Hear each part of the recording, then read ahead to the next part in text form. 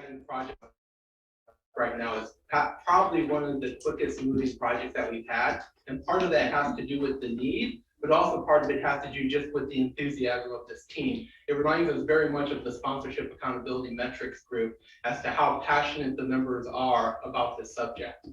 So for those of you who don't know, the whole idea behind this project is to identify the challenges to fully leveraging digital media assets and recommend practical planning, activation guidelines to better plan, protect, and measure digital marketing investment.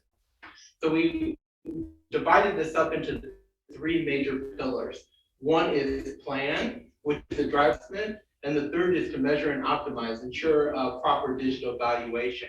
So there are three distinct, if you think of the digital accountability project, it's actually divided into these three pillars, each with their own team acting, but then collaborating across pillars because one moves into another.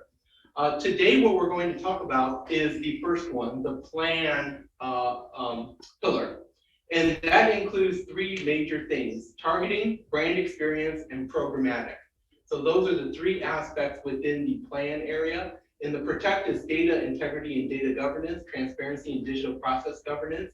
And then in measure and optimize the standardization of digital KPIs, which we had some discussion on earlier today. Marketing mix modeling and how it can better bring digital into the mix, pardon the pun. Omni-channel data attribution, efficiencies in ROI, and data science expertise. So those are the sub areas under each of those. And really what they're going to concentrate today on in the plan pillar is the targeting, that first one. And they're going to talk about the genesis of a new research initiative to really get to that space. So who are the people in this one? Well, there is the team right there for it.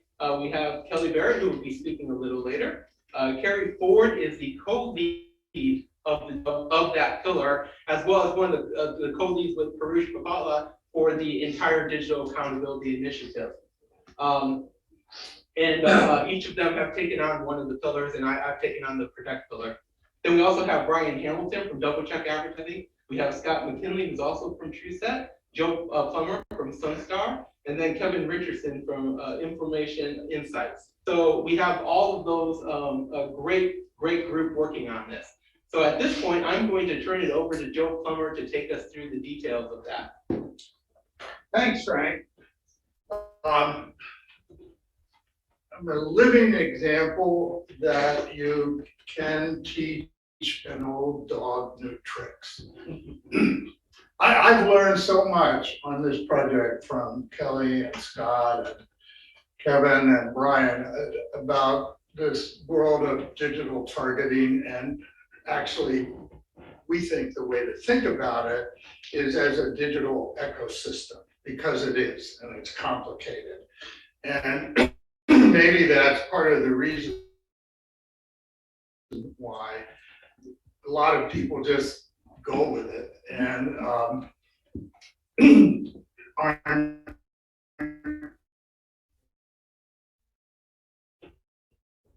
digging into it. But this group and the other groups that Frank mentioned are going to, so I hope, to encourage you to think and be more careful and realize how much more work we need to do in this area of targeting. I mean, it was the initial promise of digital marketing that you could precisely target an individual almost anywhere they were at any time and connect with your message. But it turns out, in part, that a lot of the targeting, is it the top one, Frank? On the side, on each side for the. Thank you. I got it. It turns out it uses words like data identity, but what it really is, it's connections. It's very much reach oriented as opposed to engagement or effectiveness oriented, and that's very important. And what it is, it's not a singular thing. I stupidly thought, it was a singular thing targeting in this digital eco space. But when you look at it, one of the things that you see is that there's many ways to do this. And the most prominent at the moment are, the authenticated login data. That's very, very clear. There's a lot of contextual targeting. In fact, I thought it was interesting as the discussion this morning about sponsorship, it's trying to match, it's making things come together, and contextual targeting hopefully does that. And a lot of the emphasis has been put, and rightly so, on third-party cookies. And now one of the reasons this project's underway is that third-party cookies are essentially going to go away somewhere inside. Third is browsing history. In fact, the point of cookies was to track you or whoever across the web, not just on your website or on prominent platform. And then finally, this area located, and it uses special scripts to collect enough, kind of looking more like pattern recognition, and then tracking where you go, because it's your browser, the time zone, the default language, and more, sort of trying to collect a fingerprint. But again, as I said, all of these are clearly reach oriented, and that's important. I mean, I'm not suggesting for one moment it's not important, and so they're about this.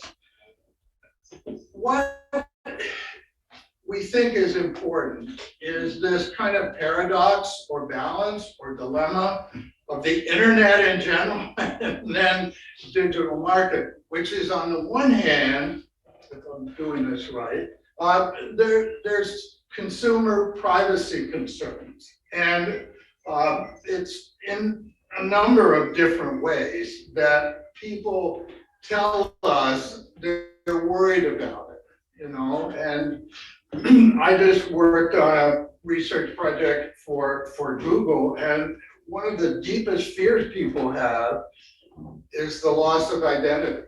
And it's not so much knowing, that I bought a pair of Nike. It's that who I am was taken away by someone, and not that that's an overall worry about privacy. And on the other side is this desire to kind of have messages better directed toward me that are relevant to me. And lots of different surveys, as well as I think your own experience, that if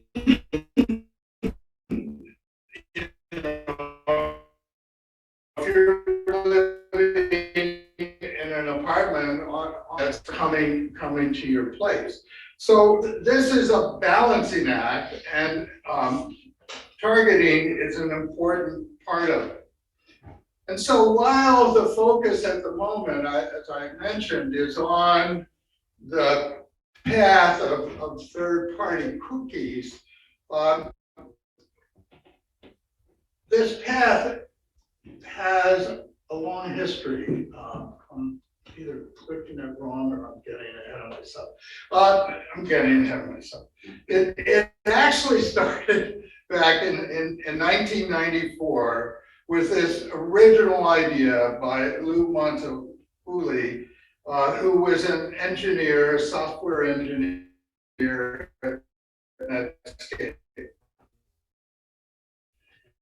And then in 1995, across the web.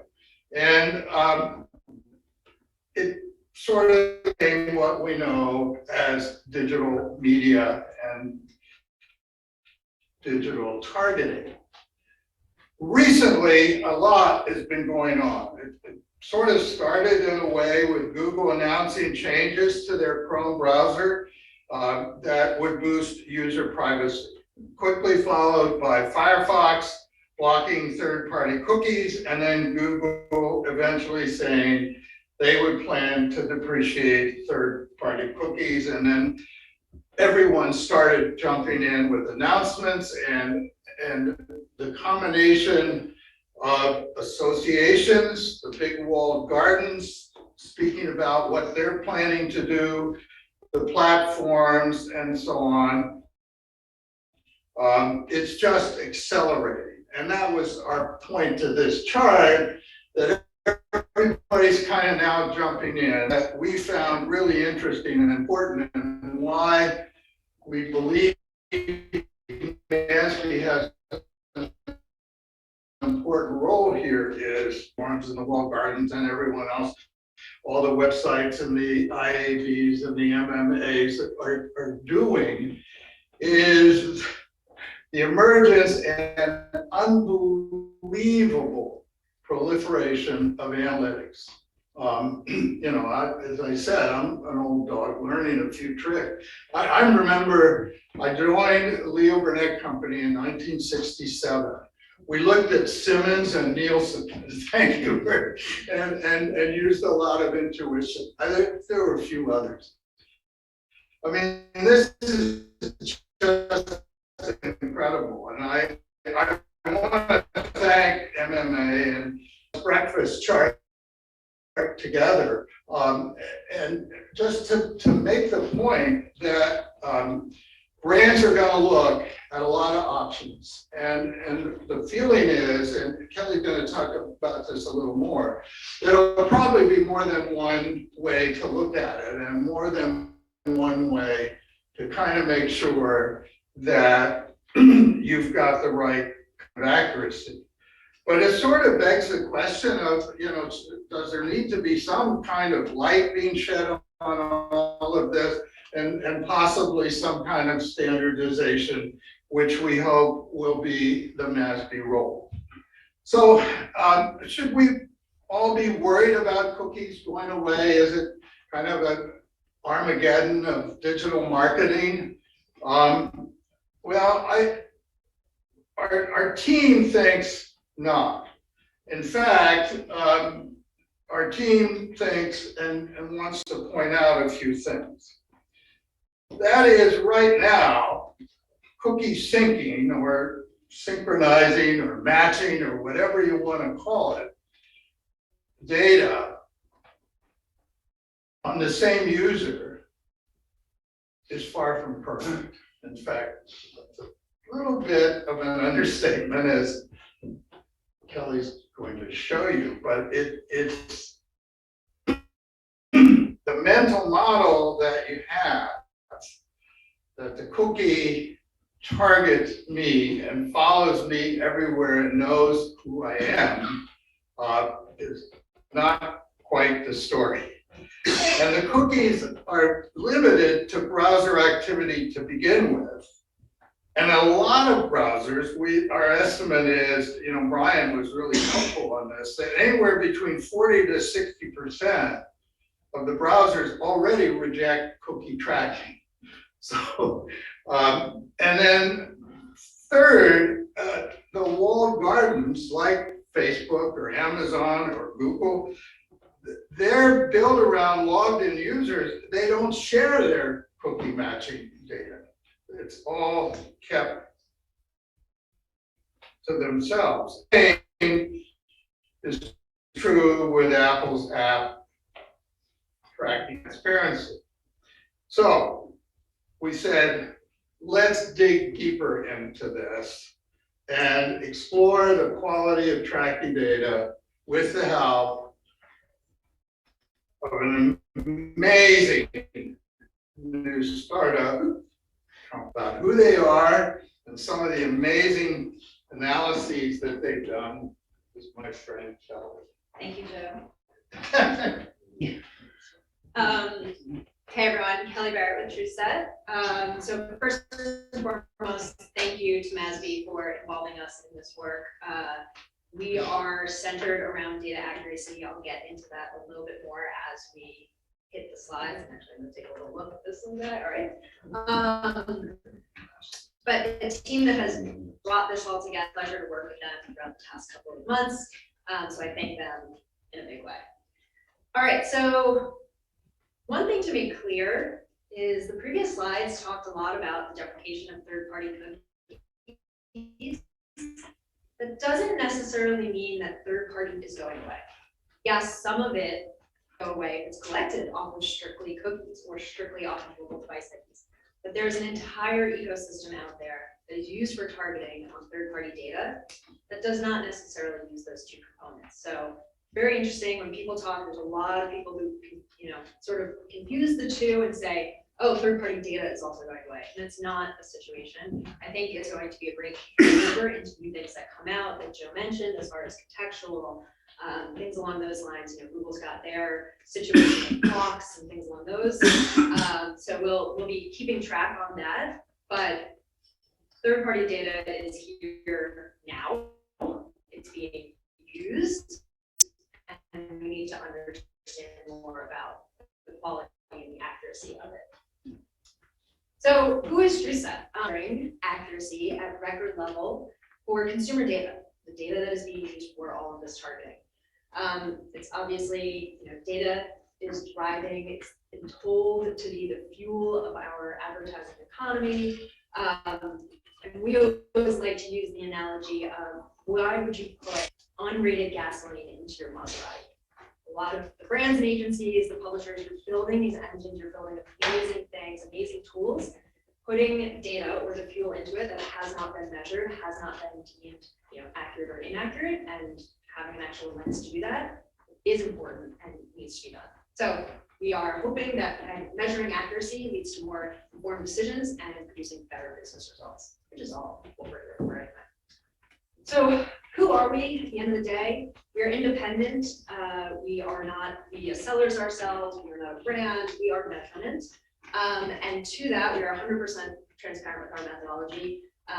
Joel Rubinson, who is a luminary in himself, did a white paper methodology review for us. You can go to our website, check it out. But part of being, again, a measurement company, part of being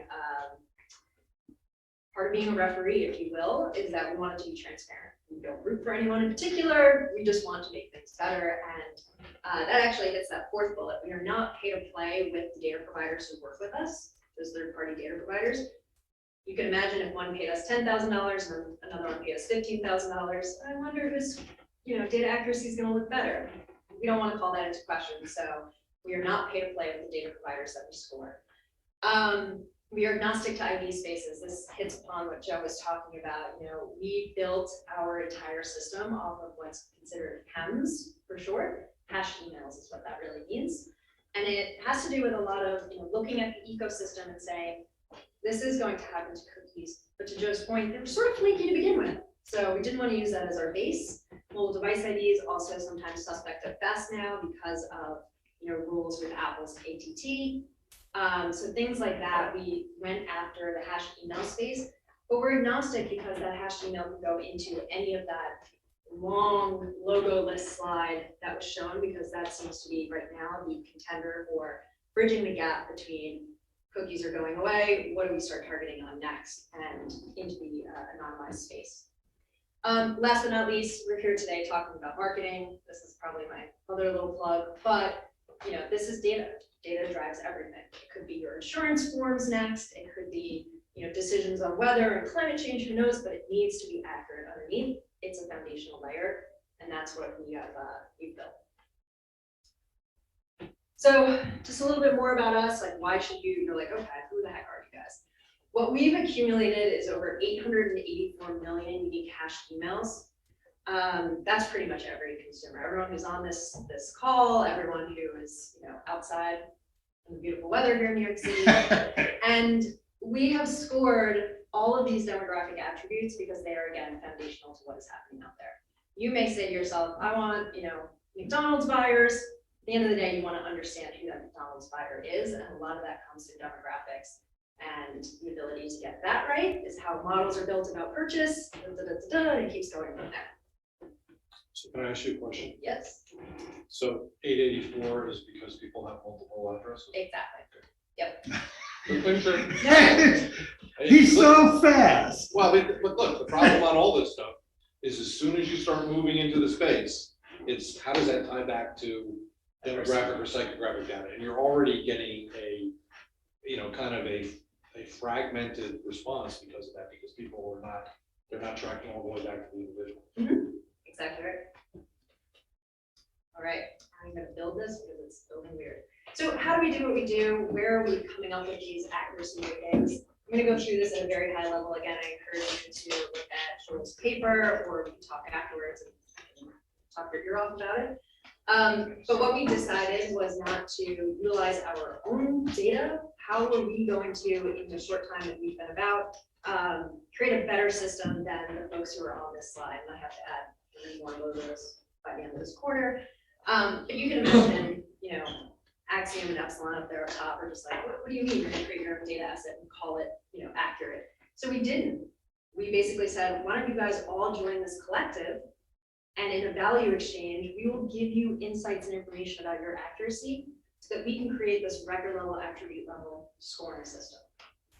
It's working great. Everyone does that every quarter. But what they do is they come together and record by record, attribute by attribute, they vote on what they believe that to be. So Kelly Barrett, certain age, certain income, owns a pet, is a renter, whatever it is.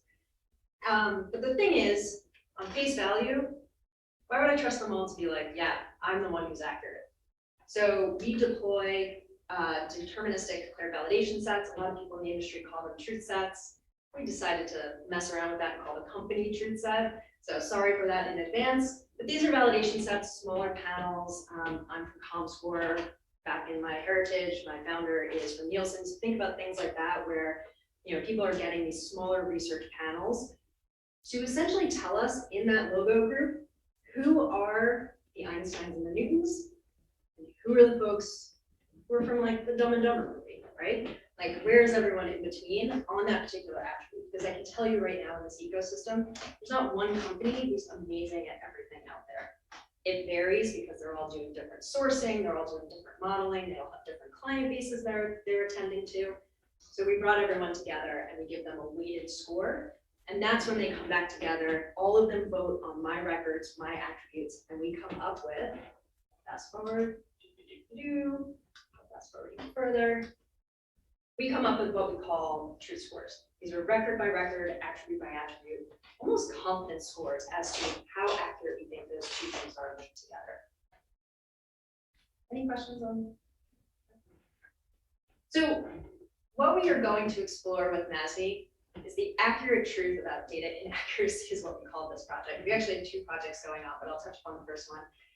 It's going to be a 4-part series. The first one is dispelling the rumor that all of the data is the same in the industry.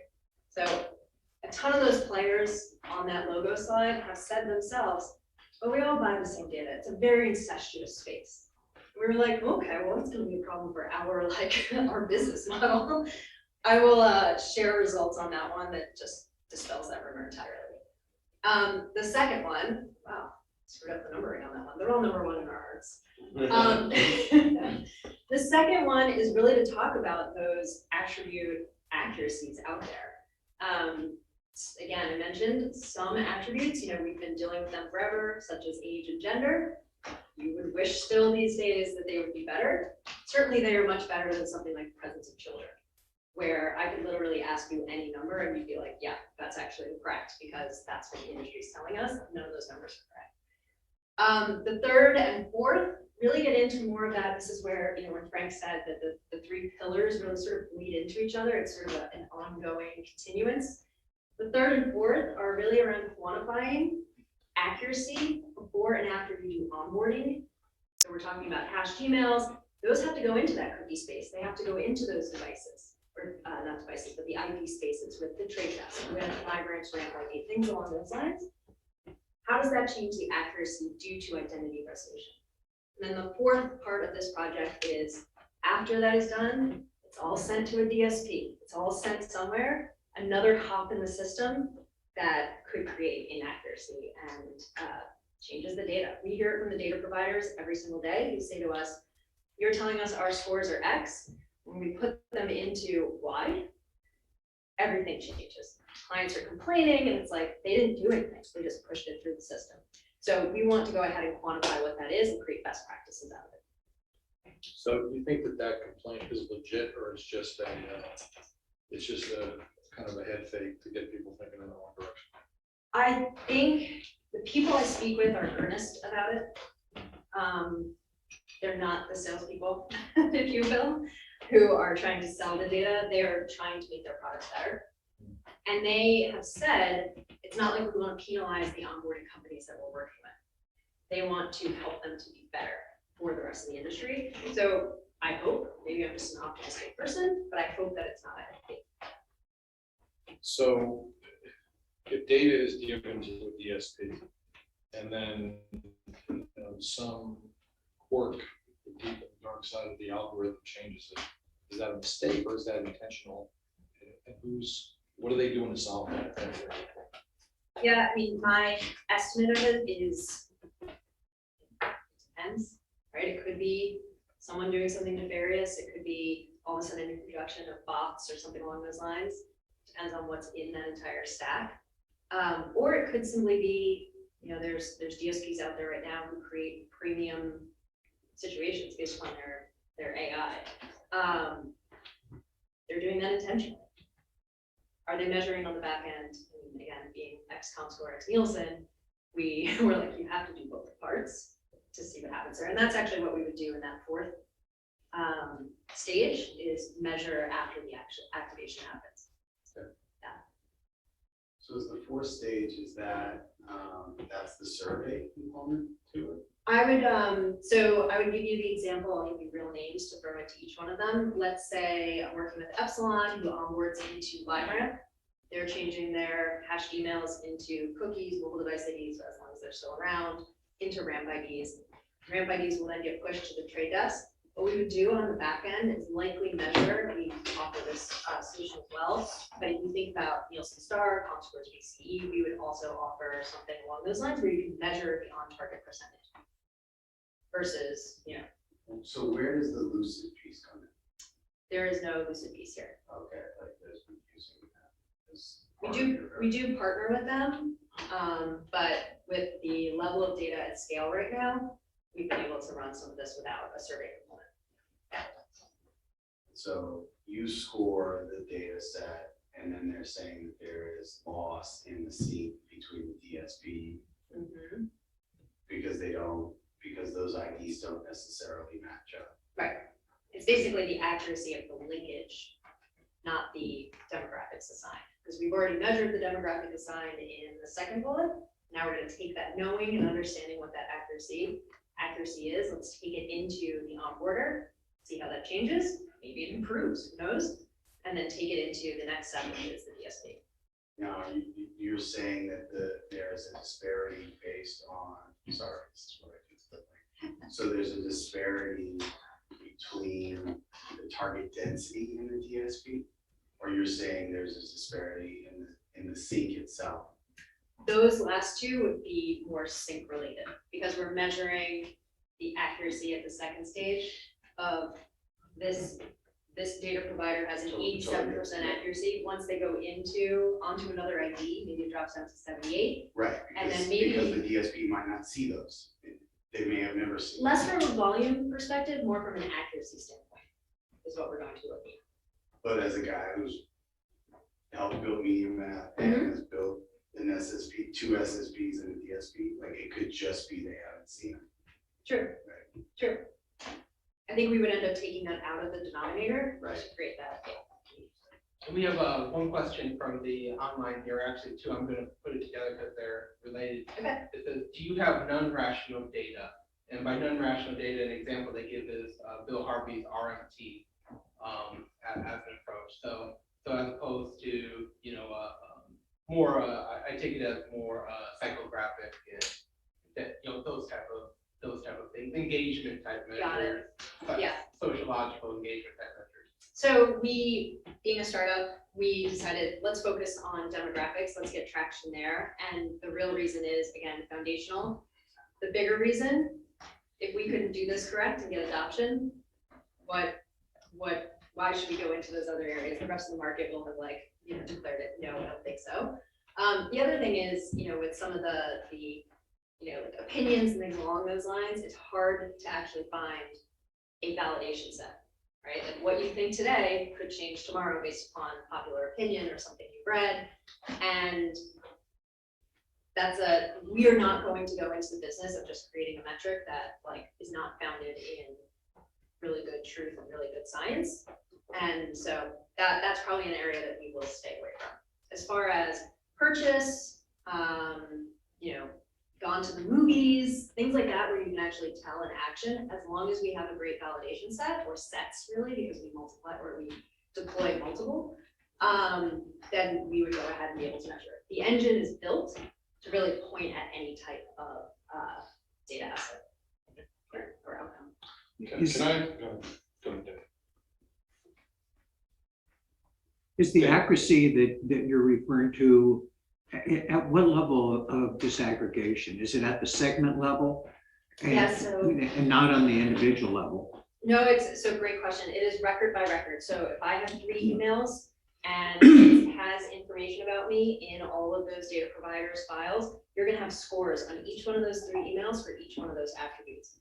Hopefully, well, you'll see in the next couple slides, I was gonna say, hopefully they all have the same type of information about me across those 3 emails. If they're doing it right, as far as identity resolution and collection, you would say, yeah, that makes sense. But to that point, what it means is that we are able to do this granular look, record by record, following the record through the entire programmatic channel to say, okay, there they are at the end, and they've morphed from being accurate of saying I'm a female, certain age, blah, blah, blah, all the way to now there's somebody else in a sense. Their characteristics are somebody else. So, I'm probably gonna date myself by doing this, but I think the context might be helpful. So long ago and far away, I worked for a large agency holding company whose one of their sister companies in the direct marketing area was Wonderman Orthotic. I spent a little bit of time there over the years in various pieces, and the earliest thing that you would do in developing a direct marketing plan, which all digital marketing is actually based on, was you would do a merge and a purge, right? So when you talk about 884 versus 330 million, the question way back when was, what's the right address for this person?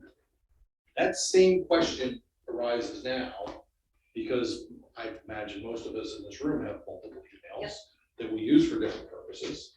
We use with greatly different frequency.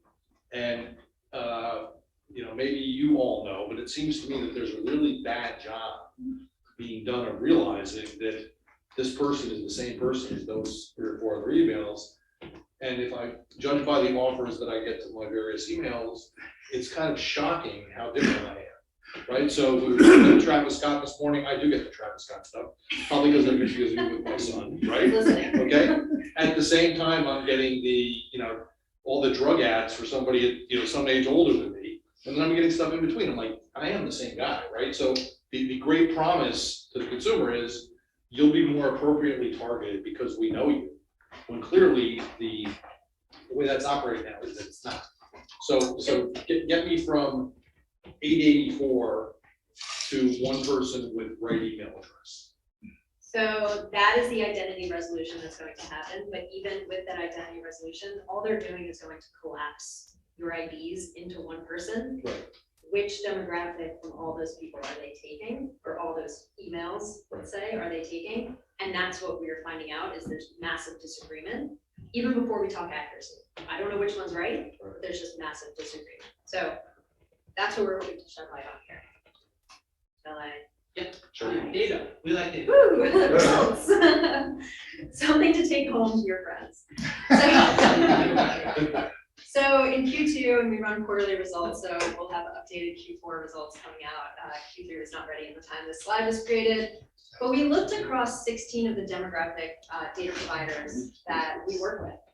And again, we're trying to dispel or maybe prove that all of the data is the same. It's not. So what you see here for gender, which we can debate this at another time outside of this room, we're gonna say it's binary male, female for today, for simplicity's sake. Among any two data providers, any two within the 16, when you compare the same record, that same hashed email, and what they say the gender is, it only agrees 86% of the time. I say only because it's gender.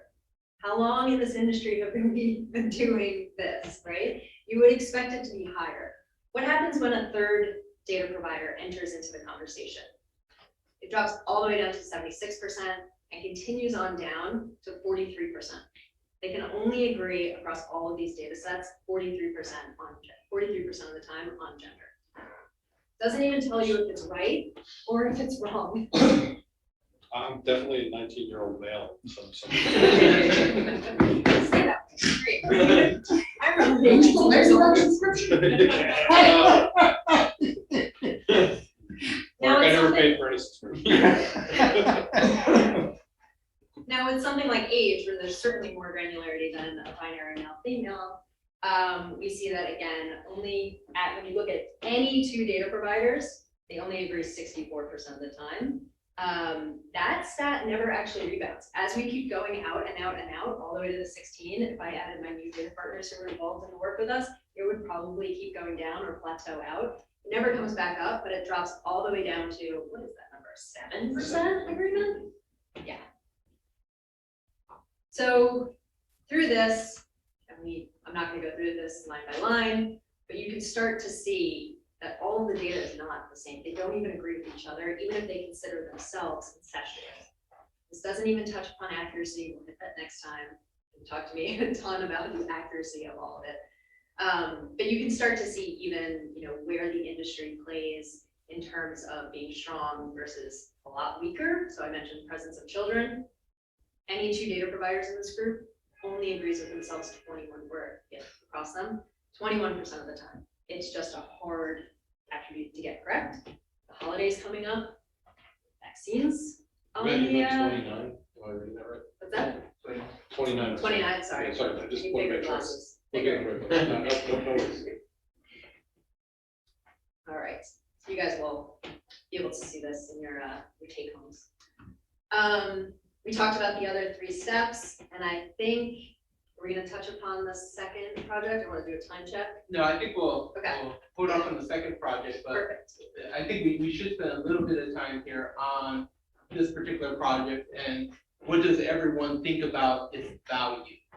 That is this, we always ask the question, is it appropriate, is MASB the appropriate organization to host this project? But then the other aspect of is what do you think about as it's laid out and the information which will come from it? Please do not feel like you're gonna hurt my feelings. I still have a business to run.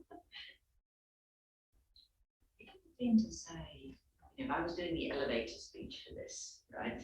Yes. So I'm doing this project for MASB. It will achieve X benefits for marketers, which will help them in this way. Could you sum it up? I'm a little bit lost. I mean, so it was all very interesting. Yeah. So if I had to, and I'm just gonna spit all this on the fly, it's about quantifying accuracy throughout the entire programmatic space, starting from the raw assets all the way to deploying a campaign and what happens in between.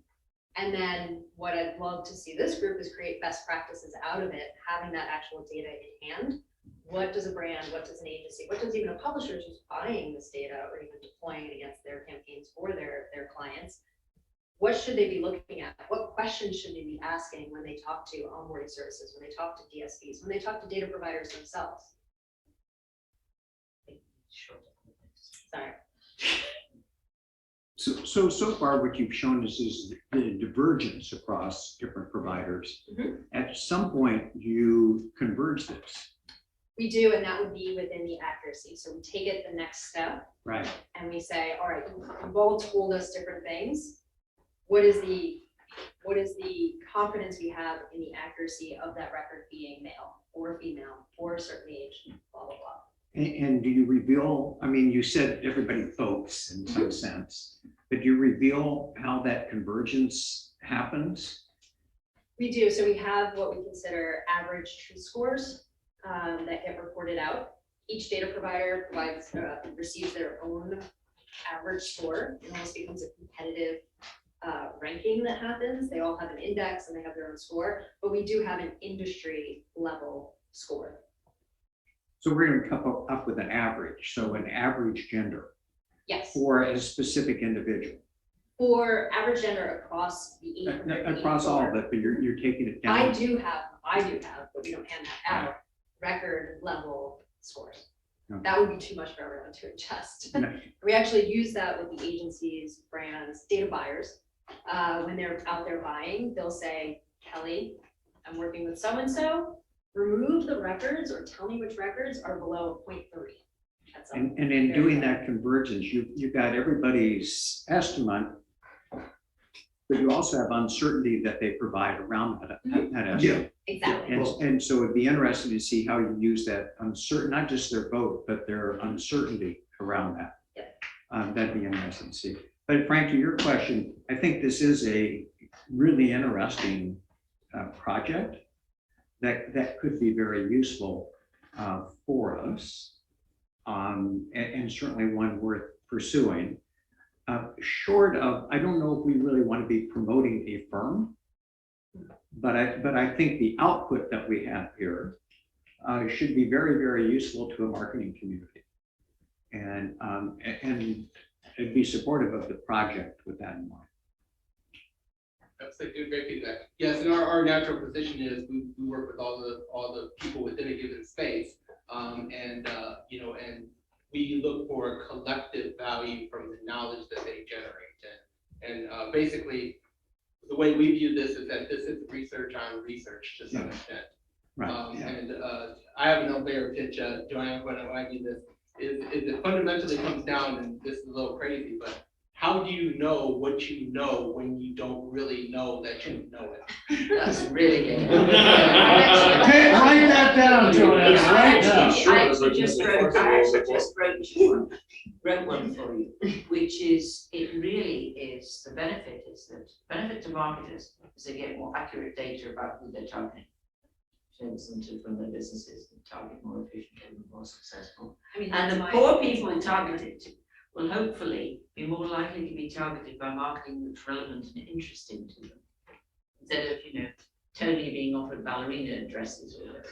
It has been that bad. Joanna, that's interesting, because we've talked about that as kind of the next thing, that as you improve the accuracy, does the relevancy and response get better? What would a snooze? Yeah, you would, Yeah. you would. Yes. But what we're saying is that we think it will be helpful to learn, how to better judge and assess current methods of accuracy.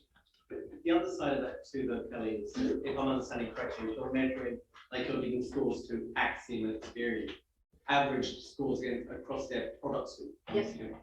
So the other side of that is then agencies or major specific brands can look at the average score and say, well, I don't necessarily want to be working with Experian more, because I'm seeing that they're trending at a 53, when I want to be working with someone who's trending at a 70 plus. Yep, and Right? each one of the data providers has gone through that moment of like, oh, this could be really risky. And then they say to themselves, but it's gonna come, it's gonna happen. Like, brands should be asking us this, but we don't have a lens on it right now. They also have no way to differentiate themselves. When I first started this mission, I would talk to them and they would say, yes, I differentiate on data quality. And I was like, no, you don't, everyone else just said the same. Let's help you prove out that granularity. You can choose to market what you're great at and work on what you're not great at. If you didn't have that insight, just as the agency, just as the brand, just as the data buyer doesn't have that either. So what's happening right now is there's too much scale in these segments. No one's fact checking that. And if you can't, create more scale, guess what happens? Price comes down. Yeah. So the provider is like, oh, no, I need another lever in there, accuracy being it. help balance that out. Then I can create dynamic pricing and I can right scale my, you know, basically my scale expectations.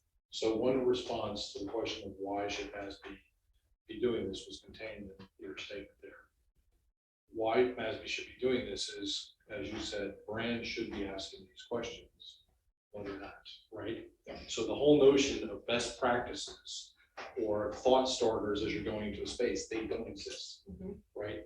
And that is why it should be a MASB project. Having said that, this may appear contradictory.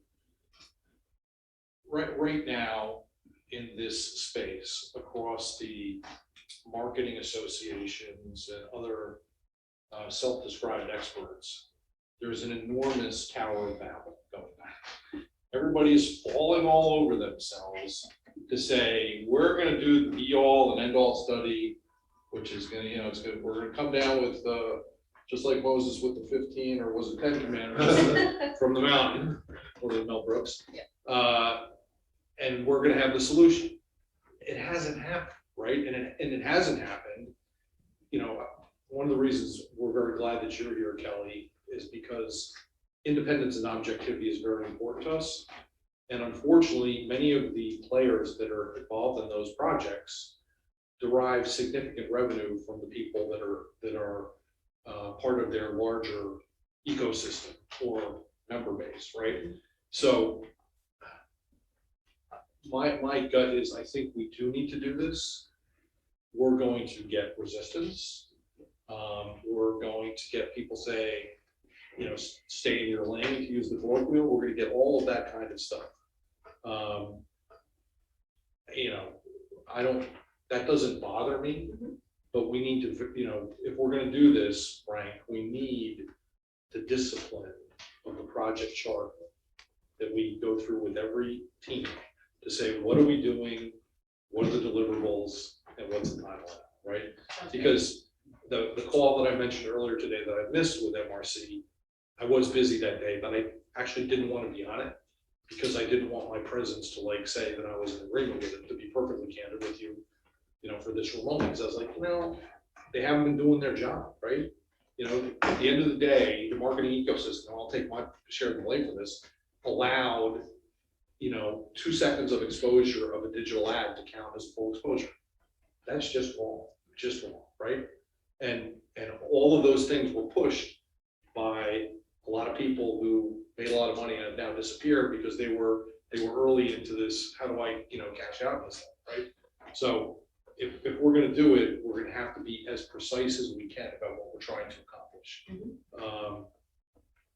Because there are going to be plenty of people that are gonna push back against this, even people who might surprise you. Can I make a little pitch, Tony? That's great. We could stand to have an academic or two on our team. I don't have anyone in mind, but I just think it would help. It would help us guide it and also add another piece to the independence part of it. Because I agree with you. I think the pushback or the well, you know, no. Well, they're MASB, what they'll say, they're MASB, they're theoreticians, they're not really practicals, right? And that's the, I've heard it more than once. So the person that comes to mind first among our current, you know, great contributors and participators is Parush Mapapa at the University of Wisconsin-Milwaukee. Parush has been involved in many of these things. He's involved on this team. If he's got the time and the inclination, I'd want him to do that. There may be other people that make sense there too. I might just interject a couple more comments, and then we'll wrap it up. One is that Brian agrees that it would be huge value, and on that side. And then Mike comes back and says that the data is definitely interesting. He just has a point on completeness as to, you know, there's the merge specifically with programmatic or neuroprogrammatic data, which is, I think, project number 2 actually is a linkage into programmatic. So we didn't present it here today because we've been concentrating on getting this one off the ground. So that, I think that might address it. So this is kind of a rudimentary base level of where this would ultimately go. All right, well, I think, thank you so much. Thank you.